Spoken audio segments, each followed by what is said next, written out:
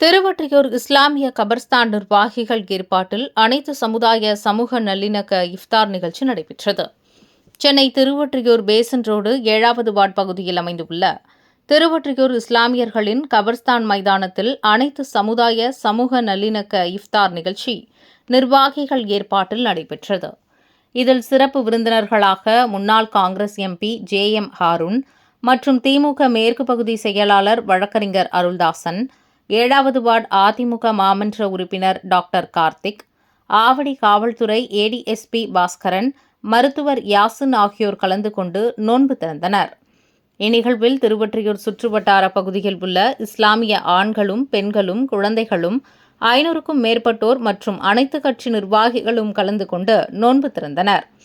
நிகழ்ச்சிக்கான ஏற்பாட்டை திருவொற்றியூர் இஸ்லாமிய கபர்ஸ்தான் நிர்வாகிகளான தலைவர் தீன்பாய், துணைத் தலைவர்கள் இலியாஸ், சமீம், பொதுச் செயலாளர் அகமது இப்ராஹிம், துணை செயலாளர்கள் தமீம் கனி, முகமது சிராஜுதீன், பொருளாளர் இதயத்துல்லா, தணிக்கையாளர் பஷீர், செயற்குழு உறுப்பினர்கள் தமீம் பாஷா, அஜீஸ், அபுபக்கர், ஜலீல் உசேன், அப்துல் ஷபீர், முகமது ரிஃபாய், முகமது இமாயுன், அப்துல் சலாம், ஆயுப், முகமது இம்ரான், தம்ருன் ஆலி ஆகியோர் செய்திருந்தனர்.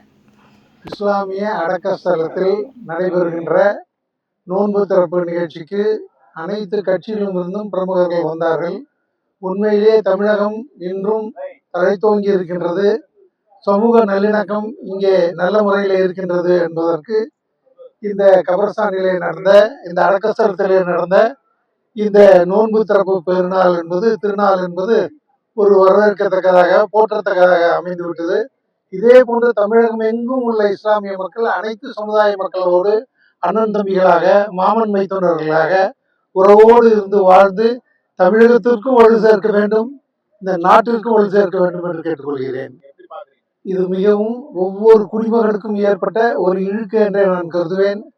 மாண்புமிகு பாரத பிரதமர் ஒரு நாட்டிலிருந்து நம் நாட்டு தேவையை பூர்த்தி செய்வதற்காக, டீசல் வாங்குவதற்காக யாரிடமும் நாம் யாசகம் கேட்க வேண்டிய அவசியம் இல்லை.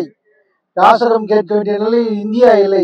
இன்று பொருளாதாரத்திலே உலக அளவிலே 2வது 3வது நிலையிலே இருக்கின்றது என்பதை அனைவரும் உணர வேண்டும். அதற்கு ஒட்டுமொத்த நாட்டு மக்களின் உழைப்பு, அதிலும் குறிப்பாக டாக்டர் மன்மோகன் சிங்கும், குறிப்பாக பாரதத்திலே இப்ப நிதியமைச்சராக சிதம்பரம் ஒரு சான்று.